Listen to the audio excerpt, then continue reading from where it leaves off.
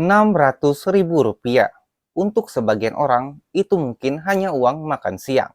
Tapi bagi jutaan buruh, itu penentu apakah mereka bisa membeli beras minggu ini atau tidak. Namun, ketika bantuan itu datang, muncul rasa tak nyaman. Kenapa negara seperti meragukan rakyatnya sendiri? Kenapa bantuan ini terasa lebih seperti basa-basi bukannya solusi? Dan apakah Menteri Ketenagakerjaan benar-benar turun tangan atau hanya numpang pencitraan?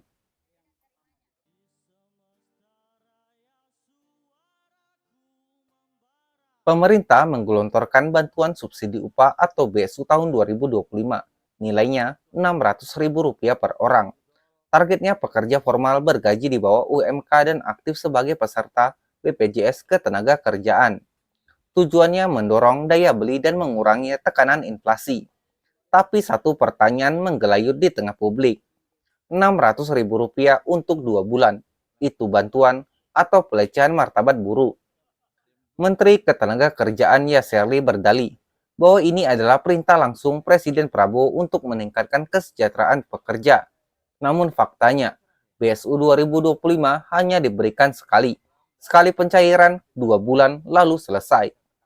Di sisi lain, harga kebutuhan pokok seperti beras, telur, minyak goreng terus merangkak naik. Jadi wajar jika kritik bermunculan. Ekonom menyebut program ini sebagai tambal sulam populis. Diiklankan besar-besaran, padahal efeknya sangatlah minim.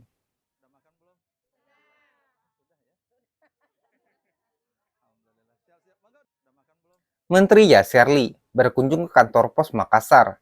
Ia datang berdiri di depan kamera menyapa para penerima BSU dan memberikan pesan tegas.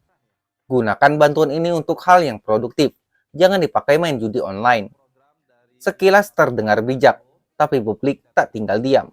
Di media sosial banyak yang geram. Loh, kenapa langsung dicurigai rakyatnya sendiri?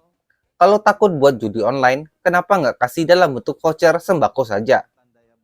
Kritik semakin keras karena ucapan Menaker justru memperkuat stigma terhadap rakyat kecil. Padahal, justru sistem pengawasan dan edukasi yang seharusnya diperkuat, bukan malah melempar kecurigaan, seolah-olah semua penerima rawan menyalahgunakan bantuan. Tak hanya itu, kunjungan lapangan Menaker juga dinilai lebih banyak bergaya daripada bekerja. Berfoto, meninjau, menyampaikan pesan normatif, tapi tidak ada evaluasi serius terhadap ketimpangan distribusi dan ketidaktepatan sasaran.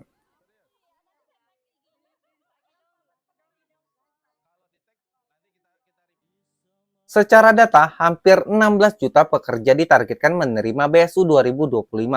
Namun syarat penerima membuat jutaan buruh informal otomatis terdiskualifikasi.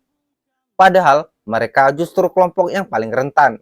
Pekerja lepas, ojek online, buruh proyek, petani kecil.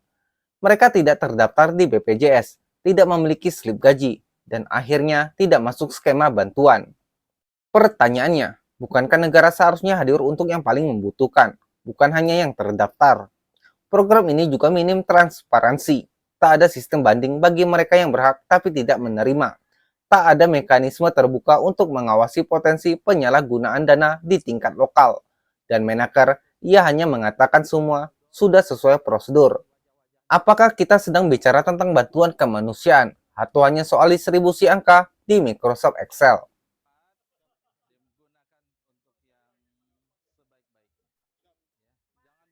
Kritik terhadap BSU menyentuh ranah politik. Banyak pihak menyebut bantuan ini hanyalah instrumen pencitraan pemerintah. Diberikan mendekati paruh awal pemerintahan Prabowo. Diumumkan dengan megah dan dijadikan headline di mana-mana. Tapi substansinya kosong. Tak ada reformasi mendasar di sektor ketenagakerjaan. Tak ada kenaikan signifikan upah minimum.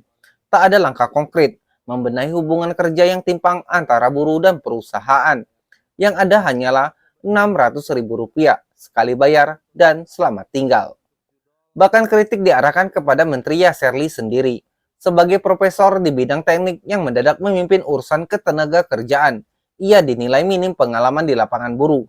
Banyak pihak mempertanyakan, apakah beliau benar-benar memahami penderitaan pekerja yang harus hidup dengan gaji tak layak, atau hanya melihat mereka sebagai statistik?